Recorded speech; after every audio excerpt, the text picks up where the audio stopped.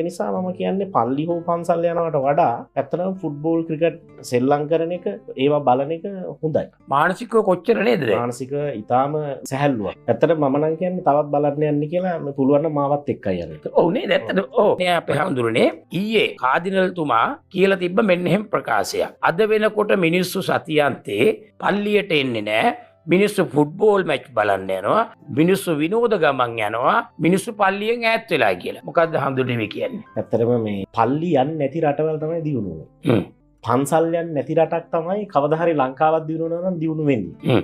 ඔන්න වෙන තැනකින් අල්ලන්න එපා මේක. තැනකින් අල්ලන්න යන්න එපා. මේ කියන්න හරි පැහැදිලිව කියලා දෙන්න. කියන්නේ ආගම් කියන දේවල් වලින් ඇත්තටම අබින් සහ විසපෝනවනේ වෙන්නේ ගොඩක් දුරට.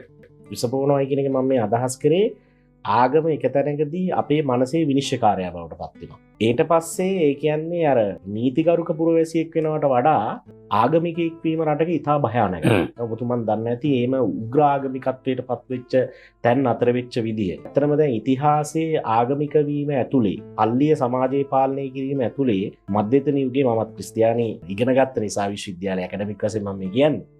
ඒකේ මධ්‍යතන යුගයේ මිනිස්සු පාලනය කරන්න යාම ඒ වගේම තමයි අවසානයේ මහා කුරුස යුද්ධ ඇති වුණා. ලේහැලීම් නැති වුණේ. එතකොට මේ සියල්ල තේරුම් අරගෙන තමයි අවසානයේ යුරෝපයේ රජපෞල් තීරණය කරේ තවදුරටත් ඒ කියන්නේ මේ පල්ලිත් එක්ක ගමනක් ගියොත් එහෙම දේශපාලනයත් ඉවරයි සමාජයත් ඉවරයි අවංකවම දුවොත් ආගමත් විනාශ වෙනවා. කියන ආගමක් රැකෙන්නෙම ක්‍රිස්තියානි ආගම රැකෙන්නේ පල්ලියෙන් ඈත් වුණොත්. බුද්ධ ආගම රැකෙන්නේ පන්සලෙන් ඈත් වුණොත්. පැහැදිලිද? ඔව්.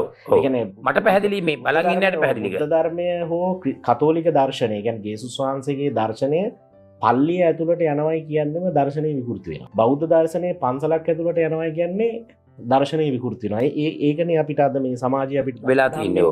මම හිතනවා ඇත්තටම ඕනෑම කෙනෙක් වයස කියන කාරණාත් එක්ක තමන්ගේ ස්ථාවරයන් සහ තමන්ට තවදුරටත් මේක යන්න පුළුවන්ද කියන කාරණා තේරුම් ගන්නවා. මම හිතන්නේ ඇත්තටම කාදිනලින් දැන් ඒ කියන්නේ විශ්‍රාම ගත යුතු වයස් සීමාවන් ඇවිල්ලා. මොකද නැත්තම් තව තවත් ওই වගේ දේවල් කිව්වොත් ඒ කියන්නේ සාධනීය කාර්යයන් වලට මොනවද මැදිහත් වුණානේ ඔය පාස්කු ප්‍රහාරයේ අවස්ථාවේ. අනිවාර්යයෙන් රට ගිනි ගන්න කියපු වෙලාවේදී කාදිනල් හිම්පාණන් ඒකට ඉදිරිපත් වෙලා කතෝලික ජනතාව මේ කියන්නේ ප්‍රචණ්ඩත්වයකට පෙළඹෙන්නේ නැහැ එතුමන්. ඒක නිසා එතුමන්ට ඒ ගෞරවය තියෙනවා. ඉතින් ඒක නිසා මම හිතන්නේ ඒ කියන්නේ දැන් තමන්ගේ ඒ කියන්නේ අර බෞද්ධ දර්ශනයෙන් එතුමන් නිතරම බෞද්ධ සංස්කෘතියත් අගයන නිසා අර කායේන සම්වරෝ සාදු සාදු වාචාය සම්වරෝ මනසා සම්වරෝ සාදු සාදු සබ්බත් සම්වරෝ කියලා තමයි අතනම කාදිනලින් පාරන්ට කියන්න තියෙන්නේ. ඒත් එක තමයි අපි හැම වෙලාවෙම තේරුම් ගන්න ඕන දේ තමයි අපිට ආගමක් කියන එකක් අපි කිසි දවසක ඒ කියන්නේ බලෙන් මිනිසුන්ට පවරන්න යන්න හොඳ නැහැ. ඒක බෞද්ධ දර්ශනීය වේවා, ක්‍රිස්තියානි වේවා ඕනම එකක්. මොකද